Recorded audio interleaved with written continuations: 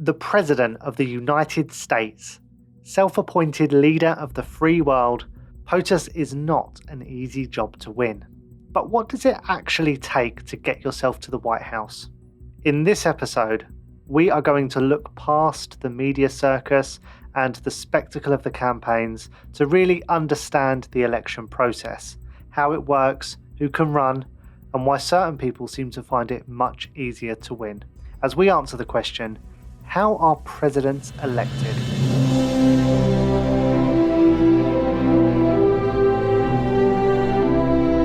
Welcome to America, a history podcast. I'm Liam Heffernan, and every week we answer a different question to understand the people, the places, and the events that make the USA what it is today.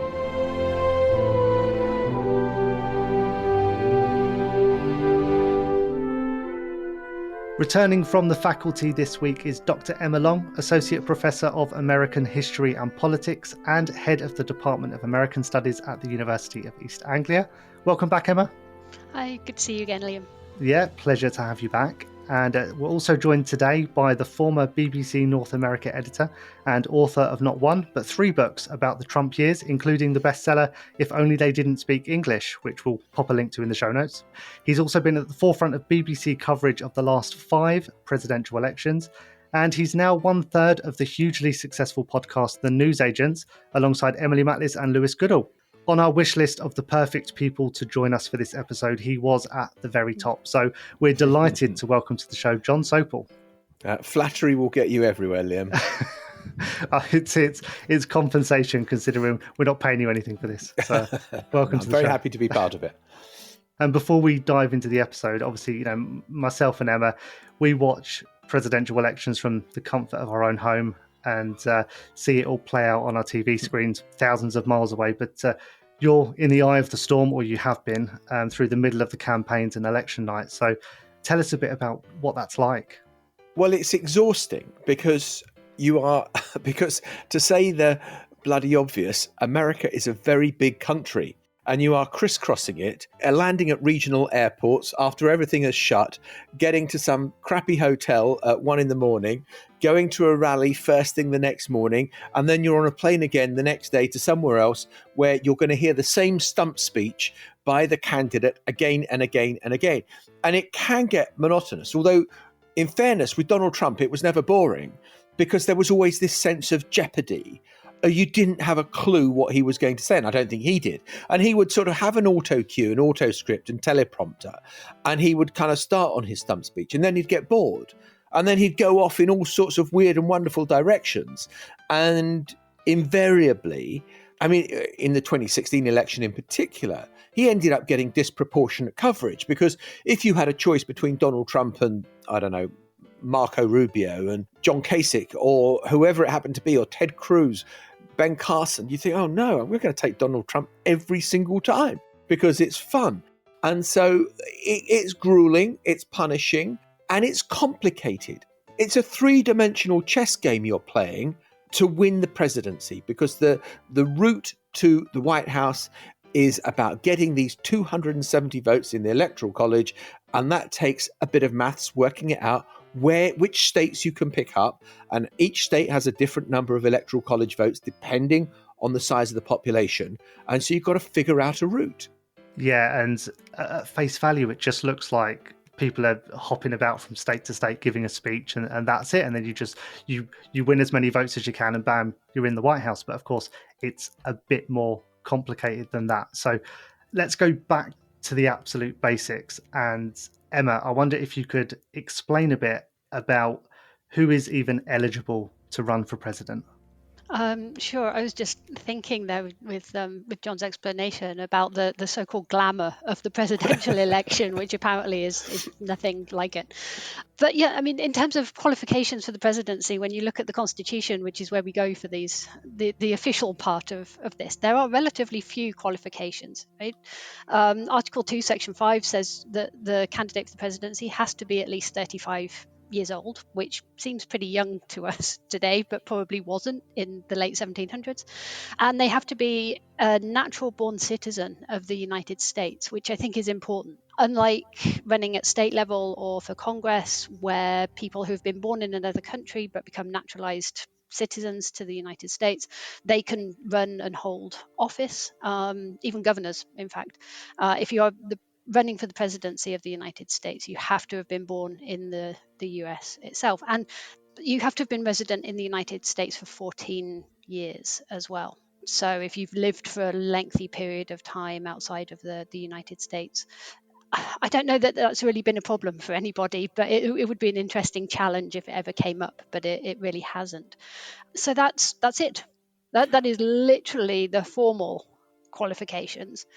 That doesn't mean that there aren't things that you need to do to be successful as a candidate, which I suspect we will be talking about as we go on. But things like you need to be able to get people out to vote. You need to get people to respond to you. You need to be able to raise money, unless you're extremely rich and willing to pay for it all yourself.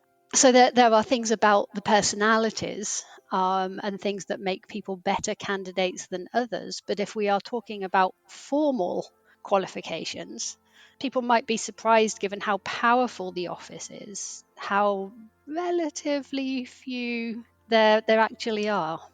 And of course, can I just add to that, Emma, that the one thing there isn't, and this is going to be hugely relevant potentially in 2024, is that there is no upper age limit. You have to be 35, but you can be any age.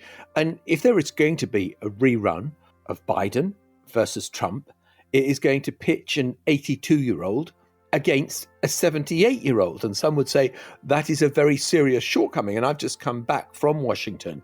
I went back there by coincidence to see friends, and then Biden announces that he is running again. And there was some polling evidence that suggested overwhelmingly that Americans, I mean, they don't agree on much, but Americans agree that Trump shouldn't be running again, nor should Biden. Yeah, and it reminds me of criticisms of Reagan back in 1988 and concerns that Reagan wasn't up to the job either. And I mean, he was, I think, 77 when he left office in January 1989.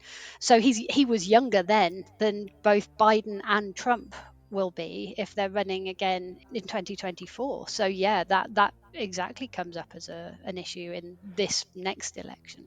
It doesn't exactly help as well that Joe Biden hasn't done an awful lot to soften the criticism in the last couple of years about his age. I think that there are times where he's seemed, for want of a better word, a bit doddery. He's stuttered a bit. He's really played into the criticism of being a bit too old for the job. All I would say about that is that Joe Biden has always stuttered. He has had a stammer his whole life. And Joe Biden has always used 100 words when one would do. He is long-winded. That was always Joe Biden. Now, yeah, I agree, he is doddery.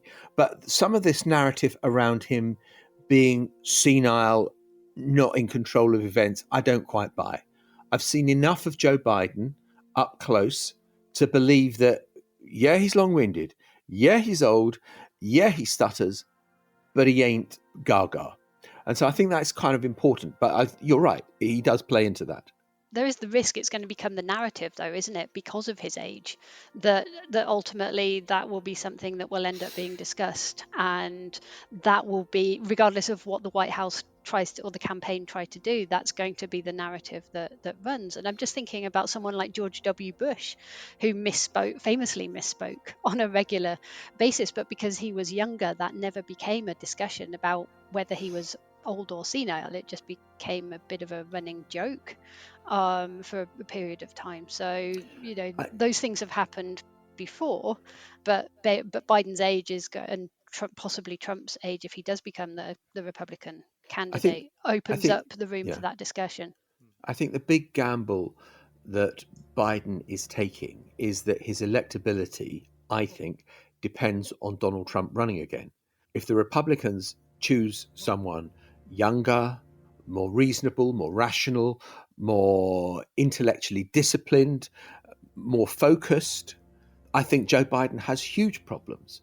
I think if Trump runs again, then there's a fair possibility that the same anti-Trump coalition that formed in 2020, which was broadly speaking white college-educated women, people in the suburbs, independents and liberal Republicans, they will still go to Biden, even with all those caveats, Emma, that you've just outlined. Because I think that whilst Donald Trump, in polling terms, has a very high floor, say 30, 35%, he's never going to get below 30, 35% of the vote. He can't get to 45 and he's got a very low ceiling because people have just made up their mind that they think that the chaos was too great. And I think exacerbated by the events of January the 6th, that people think, I don't want to go back there. So let's just hypothetically assume that someone in a few years comes along who's even older than Biden. They're in their 90s. Let's say they're even 100, but they've got sort of George Washington-esque popularity. There's absolutely no chance they can lose the election. Should there be an upper limit? Oh, that's a difficult question. I come across this a lot when I'm looking at the Supreme Court, because there's a lot of discussion about whether there should be an upper age limit for Supreme Court justices who quite often have served into their late 80s and early 90s. I think it's problematic because different people are more capable and less capable at different ages, right? So, saying there's an absolute ceiling is problematic because somebody might be really capable at 80 and more capable than another person at 70. So maybe there's a question about the parties playing a role, the electorate playing a role in judging. I think it's deeply problematic if you get into a point of saying somebody has to draw the line, because who draws the line and why? And where do you draw it? I think that would be impossible to do. I do think it is a kind of incredible flaw of American politics that we are in a position where out of a country of 350 million people, roughly, you are left with a choice between someone who's a bit of a doddery 82-year-old and someone who's an irascible 78-year-old. And is that the best that America can offer? Of course it's not. But the way the system is set up, it means that Donald Trump is virtually unstoppable in terms of winning the Republican nomination. And Joe Biden is untouchable after the Democrats did very well in the midterm elections. And who is going to run against a sitting president? Who is a serious candidate that is going to run against the sitting president? Yeah, and I think we could probably debate until the end of time whether there should be more or less eligibility criteria around who exactly can run. But the facts are that the criteria is what it is, which means people like, say, Donald Trump can run and can get elected and have been president. But it's not quite as easy as someone just standing up and saying, I'm running for president, and people then voting for them. There is a process there. There are steps to follow. So, Jon, I wonder if you could just explain what that process is a little bit. Okay. Well, you touched on one thing earlier on, and I think it's very important we come back to it, and that is money. If you are used to the British political system, the Conservatives or Labour Party in the next general election will probably spend a total 50, 60, 70 million pounds on the election campaigns. Joe Biden is talking about raising, and this is just for his presidential bid, forget all the governor's races that are going on, forget the House races, forget the Senate races that are going on, forget lower ticket races. Joe Biden is talking about the need to raise $2 billion. That's the scale of the money part of it, because you are running ads in a way that you can't do in Britain. Here we can have a party political broadcast, but you cannot buy advertising. And in the US, in key swing states, that is what you do. And so you start off with a map of America and 50 states, and you need to get to 270 electoral college votes. So, a small state like Alaska only has 3 electoral college votes. Well, you're not going to spend much money there because, frankly, 3 electoral college votes doesn't help you that much. But California, the most populous state in America, well, that has 54. So if you get California in you're 20% of the way there to getting what you need to do. And so you're building up a map of the states and you're thinking, where are the states that will get me to 270? And what you find is that if you look at that map closely, that the Democrats have a lot of the very big states, like California, like New York. And the Republicans have a lot more states voting for them, but they're small. They're kind of North Dakota and South Dakota and Montana and Idaho and places like that. And so they have to build up an awful lot more states to get to suit 270. But ultimately, when this race, it's like a board game that you get this state, that they get that state. What do I do if they get that state? Well, I'll go for this state. There are about 5 or 6 states that are really critical in this. And you can, Georgia, Michigan, Wisconsin, Arizona, Nevada. Those are the states that are key in play. Florida, Ohio, maybe as well. And if you can pick off those states, then you're, with the rock solid states that you have, then you're on course to win the White House. As you mentioned, there are a lot of states have a fairly loyal support towards one party or another. Like California is generally Democrat, and Texas is generally Republican. If you add up all of the safe states, who do you think generally has the advantage with electoral votes going into the swing states? Well, it's hard to say because, if you have got a governor in a particular state who has passed election law, and remember kind of when people can vote, how long the polling stations are open, can you vote early by post, can you vote early by going to polling stations, that is decided by the state. It's not nationwide, so you can go to one state and find one way of voting and go to another state and find a completely different way of voting. There are no federal laws on when the polling station should be open and how early voting should take place. So one of the big advantages you have is if the governor is Republican in a Republican state, they will try to massage the voting rules so that they favor a Republican. So, for example, let me give you an example. In Georgia, it is a common tradition that in the black community, after church on Sunday morning, and religion plays a much more important role in America than it does in the UK, there will be buses taking people that have gone to the traditionally black churches to vote. Now, one of the things that Georgia is doing is cutting down the availability to do that because overwhelmingly the black population in America votes Democrat. Now, the Georgian authorities will say, well, that's not gerrymandering, that's not voter suppression. We're just trying to create a system whereby everybody votes fairly. But the net effect is to drive down turnout among the groups that were going to vote for your opponents. And that is done a lot in America. And it's I think it's rather disturbing, some of the measures that have been taken to try to suppress the number of people who vote, because surely in a vibrant democracy, what you want is the highest turnout possible. And it's a massive debate. I mean, we perhaps don't see it so much here, but if you follow American politics closely enough, you see this happening across the states.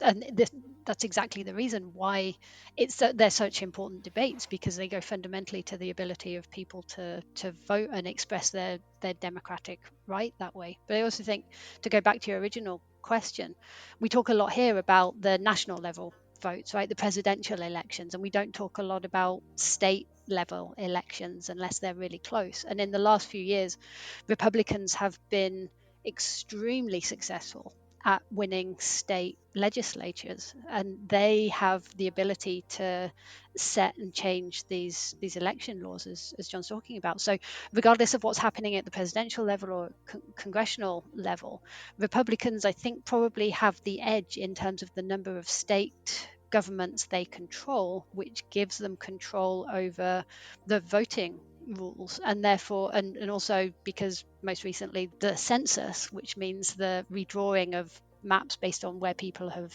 moved, ultimately that is going to give, in most states where there's an impact, the benefit to the Republican Party. So ultimately the Republican Party, if it's not there yet, and it may well be, is sort of the base level party that's likely to win success in these elections, and then it's going to take something particular to help Democrats to win. And if you like, that's all playing under the surface of the presidential elections, the bits that we see here. I mean, just to give a very easy example of exactly what Emma's just said, you take Florida, which, for years and years, kind of going back to for whenever, it's always been one of those what they call a bellwether state, where you don't know which way it's going to go. It's a swing state. It could go Republican, it could go Democrat. Well, you look at the most recent midterm elections, and Ron DeSantis, who some people are talking about as a presidential candidate, won by a huge margin. Now, large numbers of people, for various reasons, mainly tax reasons, have been moving to Florida. So Florida is now even more important than it used to be, because there are more electoral college votes to be picked up in Florida than was the case previously. There are only a maximum of 538 electoral college votes, but they get redistributed on the basis of things like the census. And so that is why in certain Republican areas, you're seeing more electoral college votes applying to those states than some others. Yeah, and I'm sure Republicans are going to be rubbing their hands at the prospect of either Trump or DeSantis running in 24, because both are going to have a strong Florida base of support. But it didn't always used to be this complicated, did it? Talking about electoral votes and splitting hairs with campaigns and all the tactics that now go on to make sure that you win votes here or there. Or there was a much simpler time back in the day when they first conceived of how to choose a president. Emma, how did we get here? You know what? I don't know that it was that much simpler, actually. I mean, it was simpler because there were fewer states. So there were fewer votes to be won. But it was more complicated because people couldn't travel, or they could travel, but at the speed of a horse, rather than anything else. So, your social media equivalent of the day was going to give you the news several weeks later if you lived in the state furthest to the south. Yeah, I mean, American elections have changed for a couple of reasons. I think it's a big, complicated history, and I could go on at length, but I won't because nobody wants the detailed history of it. But I think a couple of things that have really changed things. One is the changing electorate. You have to remember that when the United States was formed, the only people who could vote were white men with property, right? Rich white men. Pretty much everybody else was excluded from voting. And over the next 240 odd years, the electorate has been expanded at various points. So you go from people getting the votes of their peers, their friends, their colleagues, the people they socialize with, to having to win the votes of people now they don't know, and people who don't look like them and have different views.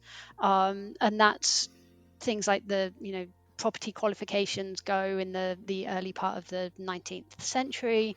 For a very short period after the Civil War in the 1870s, black men get the vote before it's ripped away from them again by the rise of segregation laws. Women get the vote in the early part of the 20th century. Black voters then, if you like, fight to regain the vote, which they get with the 1965 Voting Rights Act, which protects what was their legal right to vote. And then 18-year-olds get the vote in the 1970s. So what you've got is candidates having to appeal to larger and larger constituencies. And of course, the United States is growing over that period from the 13 states on the eastern seaboard across the country. So you've got more people over more space. You're having to talk to more people. You're trying to have to win them over. So that, just at a practical level, makes things more complicated. But on the other side, what you get is the rise of media.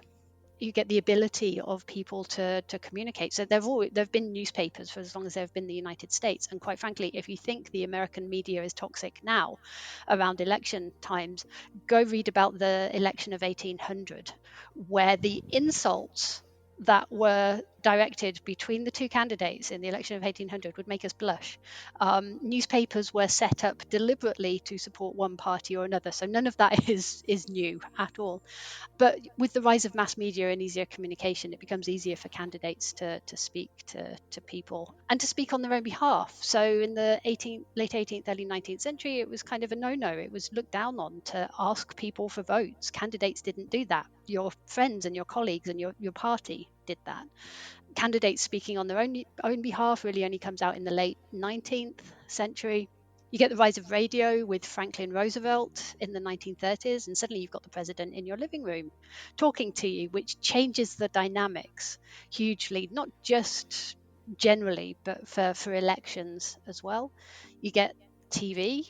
We talk about the Kennedy-Nixon election in 1960 and the role of televised debates, but actually televised debates don't become regular until, again, the 1970s. But as John mentioned earlier, you've got advertising, the buying of advertising on TV stations and earlier radio stations. So you've got that battle. Where do you put your money? How much money have you got? Which states get you the best return? And then you've got the rise of the internet. Obama managed it really successfully in 2008 with fundraising.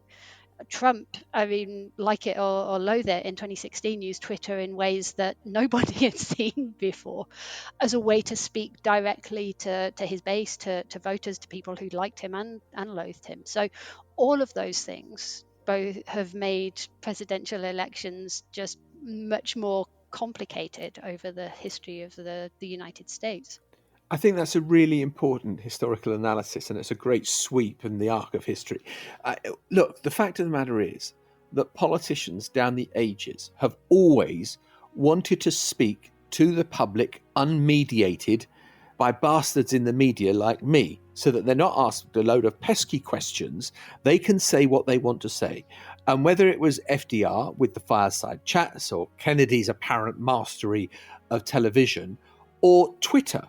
And I think that Trump came as close as anyone has come to be able to speak without any filter, with his 88 million followers on Twitter and the kind of millions who were following him on Facebook.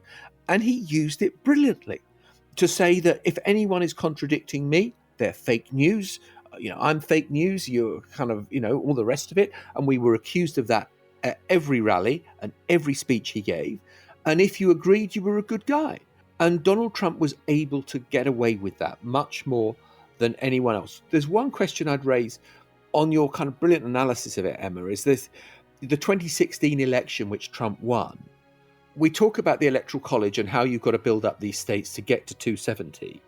I mean, Hillary Clinton had won the popular vote by 3 million.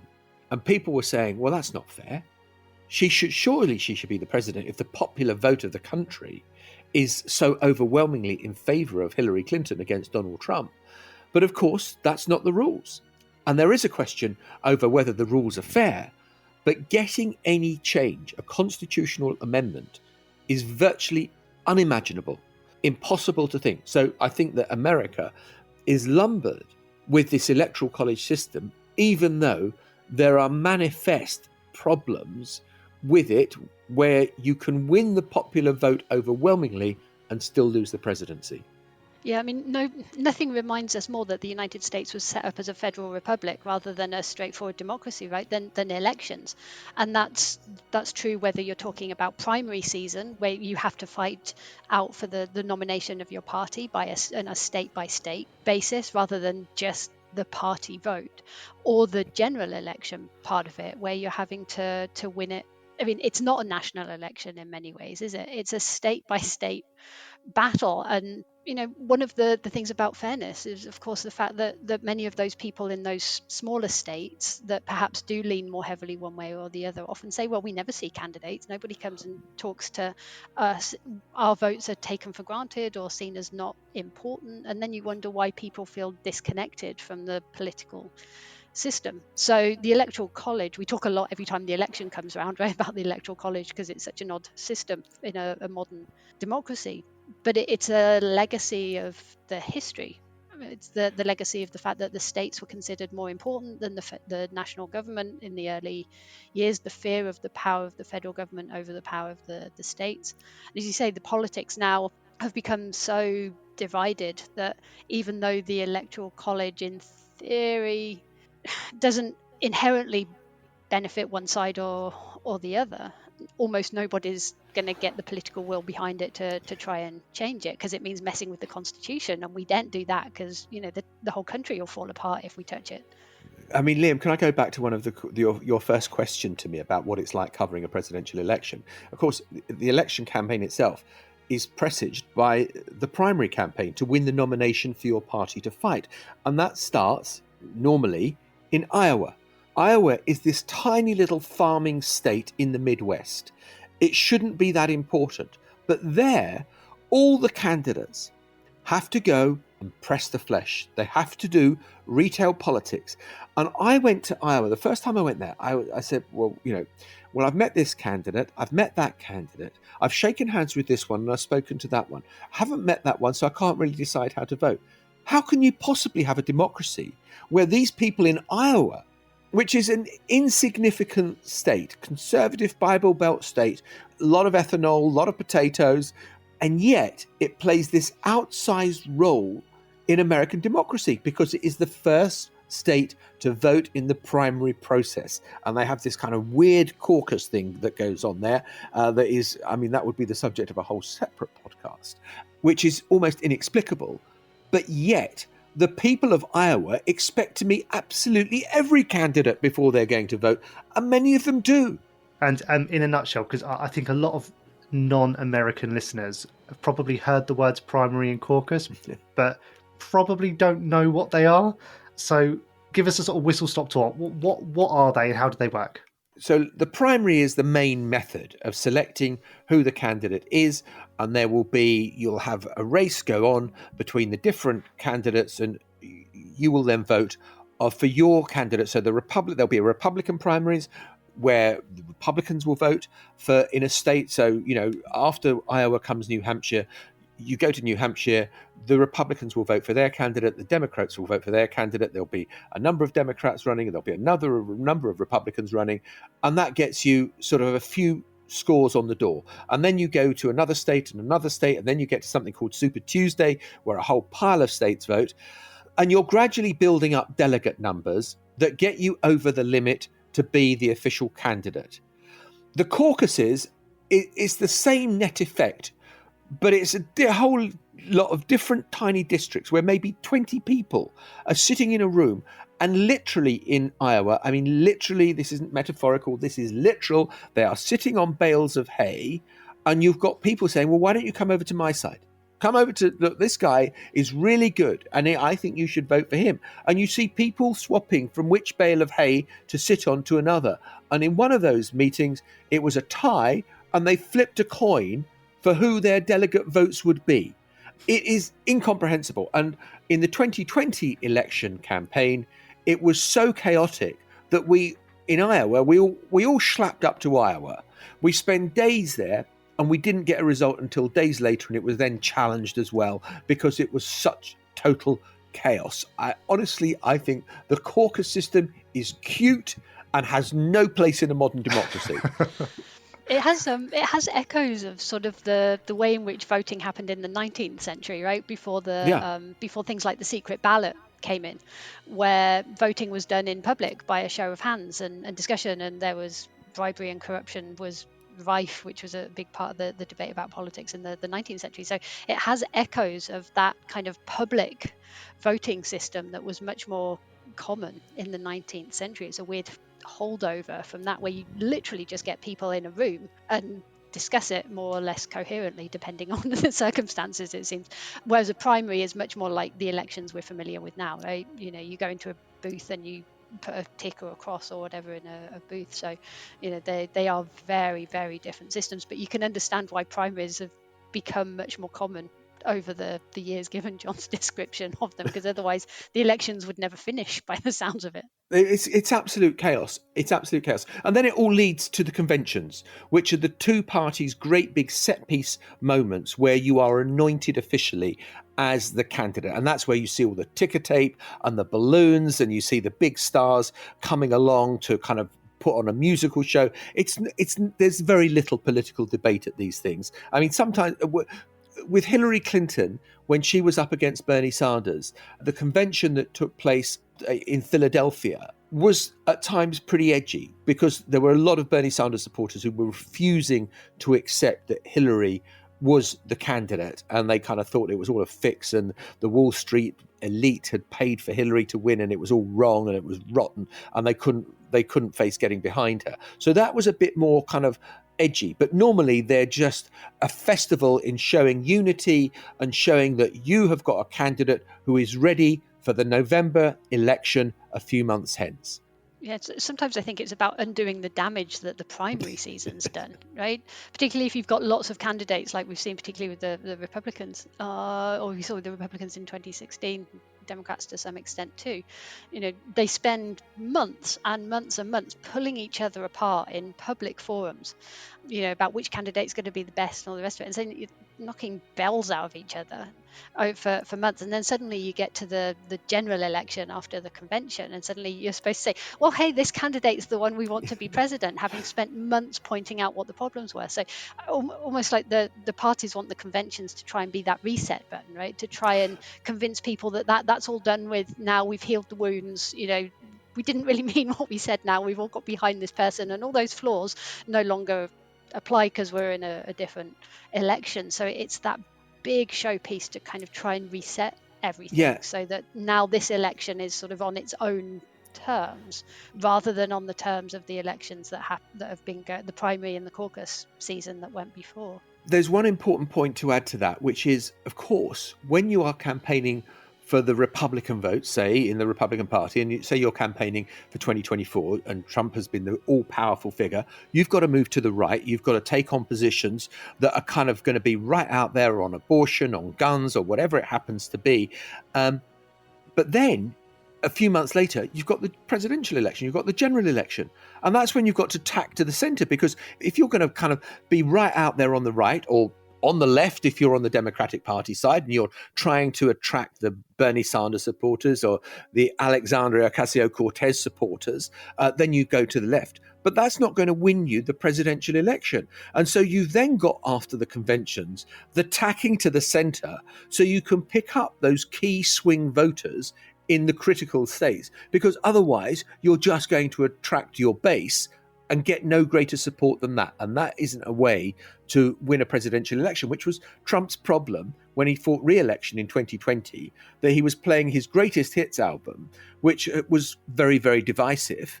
And people were going to Joe Biden, not because they loved Joe Biden, but because they they couldn't face 4 more years of Donald Trump.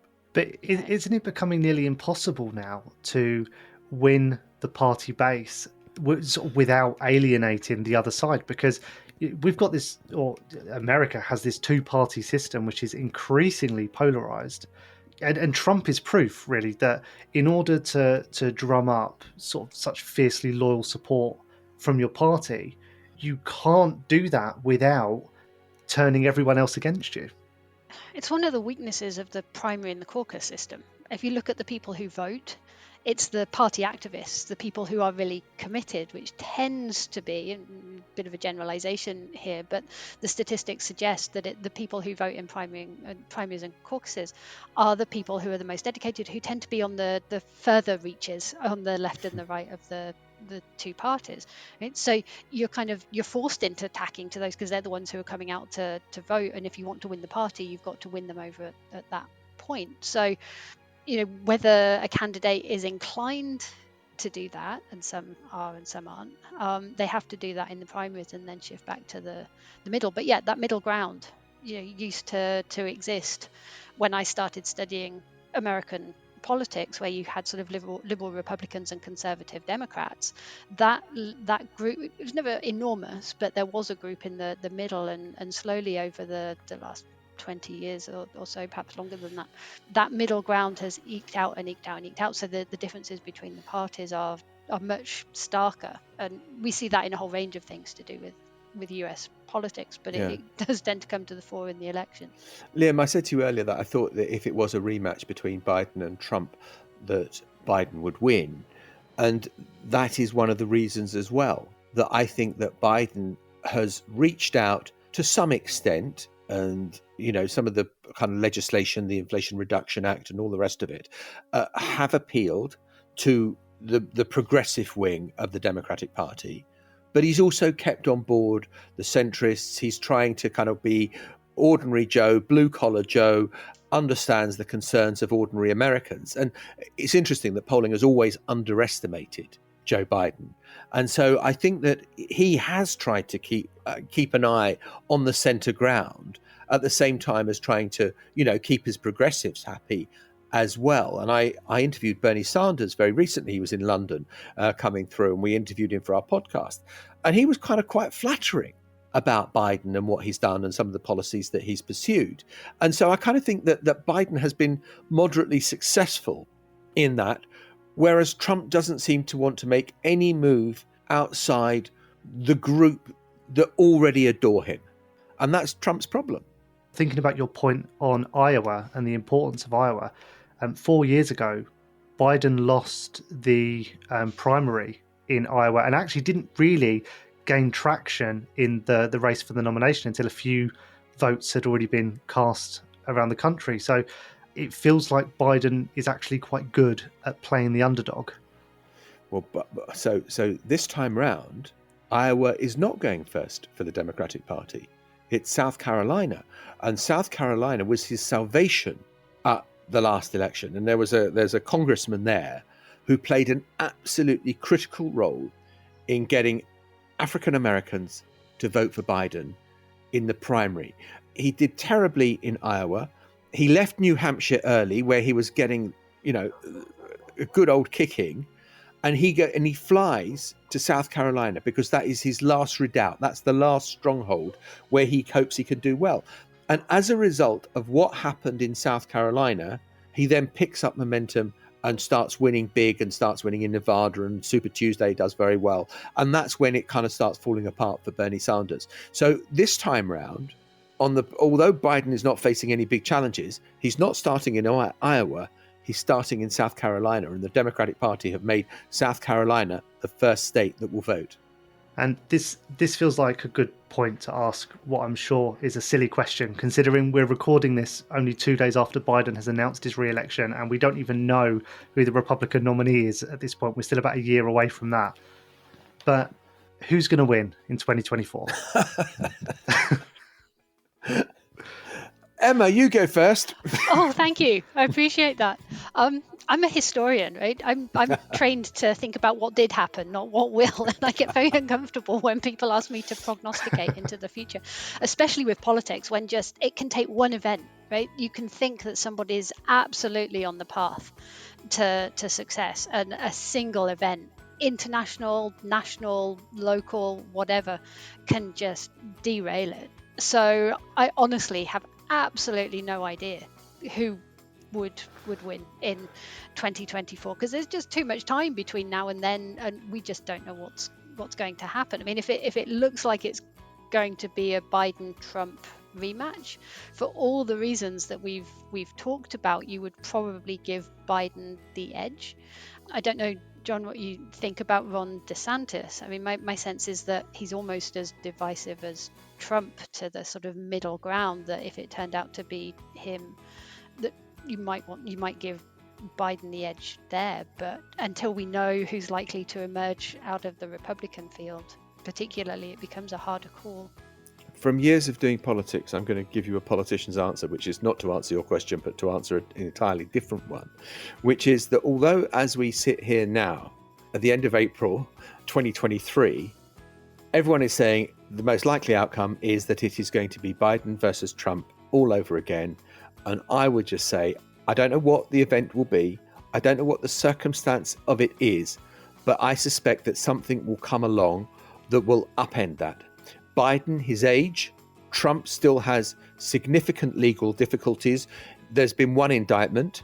There's potentially another indictment coming in Georgia, a potential one coming in Washington, and potentially a federal one in the January the 6th investigation. And then him keeping hold of top secret documents at Mar-a-Lago that should have been handed over to the National Archives. So there is a plenty that could still upset this. And Emma is absolutely right to say there is a very long way to go before we know any of this. So I kind of would hesitate about that. On Ron DeSantis, I've heard so many stories of people who've had interactions with him who say he's just a bit weird and very bad at retail politics.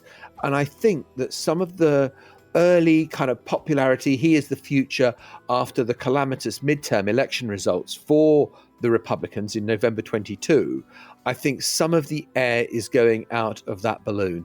And I don't think that DeSantis is going to make it to the finish line either. So maybe it's going to be someone like Chris Christie or Nikki Haley or people that from the past who might just be able to put up a good enough performance. If it's not Trump, I'll make this prediction for the Republican Party, it will be someone Trumpian, because I don't think the Republican Party would accept anything else at this stage.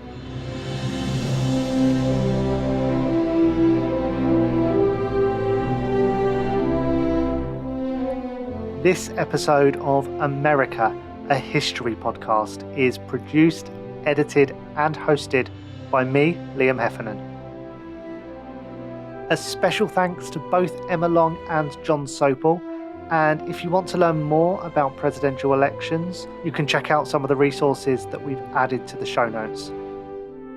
Alternatively, make sure you follow us by heading over to our website and clicking follow or subscribe wherever you're listening to your podcasts.